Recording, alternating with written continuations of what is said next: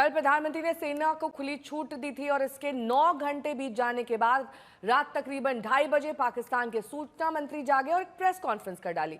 रोना गाना शुरू कर दिया और पाकिस्तान के सूचना मंत्री तरार ने भारत के हमले की तारीख भी बता दी।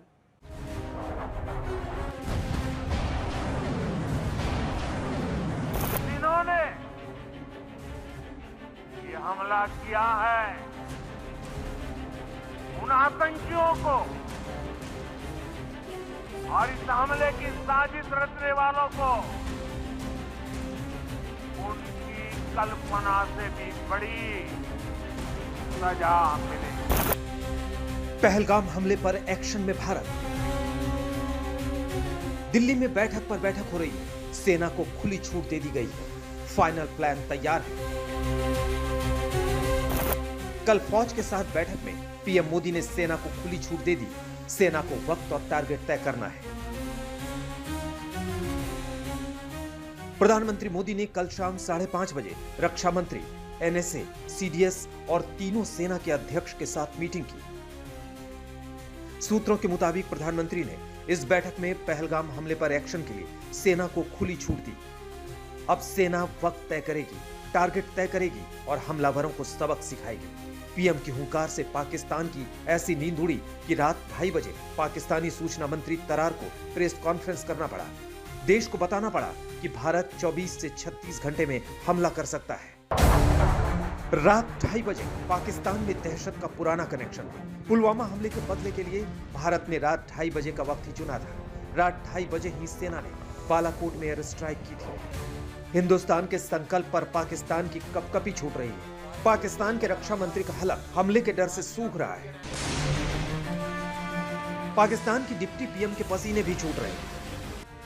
पाकिस्तान के रेल मंत्री का खौफ तो कुछ ज्यादा ही तेज रफ्तार ले चुका है। इस वक्त पूरी की पूरी पाकिस्तानी हुकूमत दिन और घंटे गिन रही है। एक मंत्री कहता है 2 दिन में हमला होगा, दूसरा मंत्री कहता है 24 से 48 घंटे में हमला होगा। अभी एक चिंगारी भी नहीं छूटी है और पाकिस्तान के छक्के छूटने लगे हैं। लेकिन डर और खौफ के इस दौर में भी पाकिस्तान की बदनीयती कम नहीं हो रही। संयुक्त राष्ट्र सुरक्षा परिषद में पहलगाम हमले पर निंदा प्रस्ताव आया। आतंकी संगठन टीआरएफ के हमले में हाथ होने की निंदा की गई, लेकिन पाकिस्तान प्रस्ताव से टीआरएफ का नाम हटाने पर अड़ गया।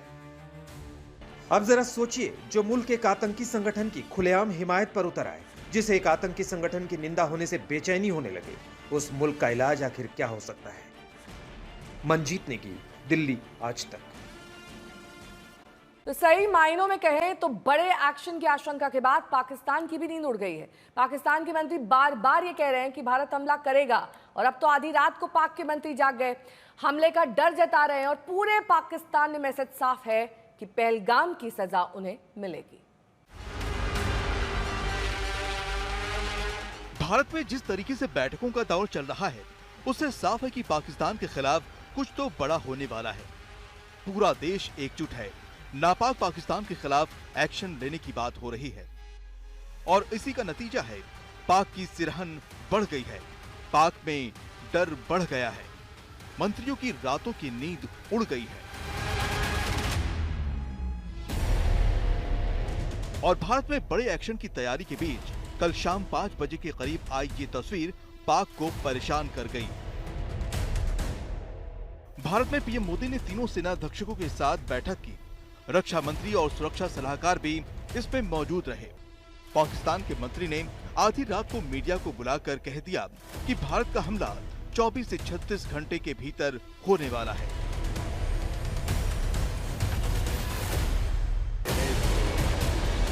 पाकिस्तान के रक्षा मंत्री तक डर जता चुके हैं कि भारत एक्शन लेगा और ये एक्शन सैन्य ही होगा।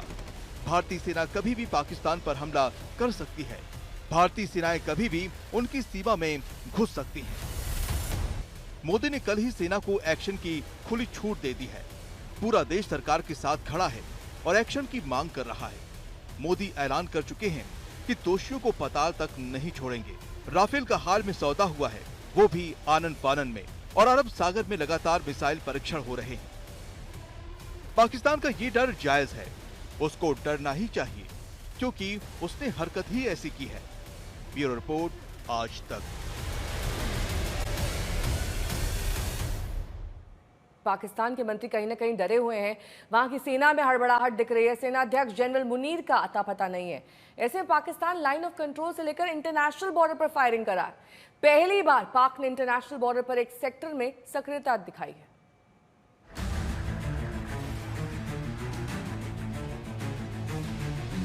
जंग का खतरा सिर पर मंडरा रहा है।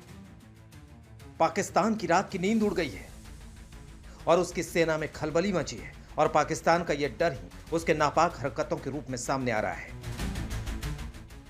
डरा पाकिस्तान दे रहा गिदड़ भभकियां।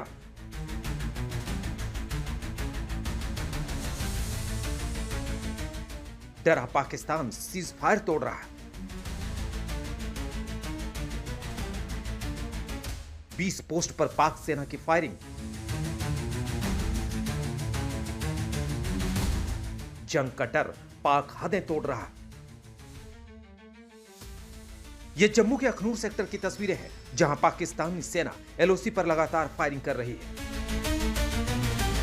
10-12 राउंड फायर हुए होंगे, तो हमारी ओर से भी जवाबी कार्रवाई हुई है। तो ये आते दिन चलता रहता। अब तो काफ़ी टाइम के बाद हुआ, 7-8 साल के बाद यहाँ पे सीज फायर का उल्लंघन। नहीं तो बंद था सब कुछ। 8:30 पौने 9 के बीच फायरिंग हुई और 3-4 बार ही हुआ और उसके बाद बंद हो गया। हम गेहूं काट रहे थे हम ना, तो फ़ोन आया हमें, बोल रहे कि मशीनें बंद कर दो और जल्दी जल्दी घर में आ जाओ। पाकिस्तान ने लगातार एलओसी के साथ साथ अब इंटरनेशनल बॉर्डर पर भी फायरिंग करना शुरू कर दिया है। पाकिस्तान ने एलओसी के साथ साथ अब इंटरनेशनल बॉर्डर पर भी अपनी सिक्योरिटी बढ़ा दी है। अखनूर, सुंदरबी, बारामूला, कुपवाड़ा में पाकिस्तान ने लगातार फायरिंग की हरकत की।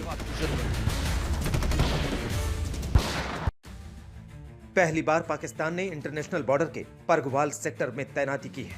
20 पोस्ट से पाकिस्तान ने बिना किसी उकसावे के फायरिंग की है। भारत ने भी हर जगह पर फायरिंग का मुंहतोड़ जवाब दिया है। अनंतनाग में सबसे ज्यादा टकराव के हालात हैं, जहां सेना के साथ पूरी यूनिट तैनात है। पाकिस्तान के डिप्टी पीएम इशाक डार दम भर रहे हैं कि हम अपनी जमीन की सुरक्षा करेंगे। पाकिस्तान के लोग खौफ में हैं। भारत सरकार की सख्ती के बाद से भारत में घूमने, इलाज कराने या किसी काम से आए ज्यादातर पाकिस्तानी लौट चुके हैं। और भेज इसलिए रहे हैं कि जुल्म एक ने किया है, सजा दूसरा ले रहा है, इसलिए भेज रहे हैं कि खता उन्होंने की, सजा हम भुगत रहे हैं। उन्होंने की, आप उनको सजा दो। हम जब रोकेंगे आपको, हम अगर एतराज करेंगे तो हमारी गलती। तो आपको पाकिस्तान भेजने के लिए पुलिस ने किया? जी, तो उन्होंने, हम घर पे आए 2-3 दफा, उन्होंने नोटिस मुझे दो दी कि फिर उसको बुलाया, फिर मुझे 2 दिन बंद रखा। उसके बावजूद आज उन्होंने मुझे यहाँ भेज दिया कल। अवैध रूप से भारत में रह रहे लोगों की धरपकड़ भी हो रही है। बारामूला में ऐसे 8 लोगों को पकड़कर रिपोर्ट किया गया। जाहिर तौर पर पाकिस्तान को उसके किए की सजा मिल रही है। आज तक ब्यूरो।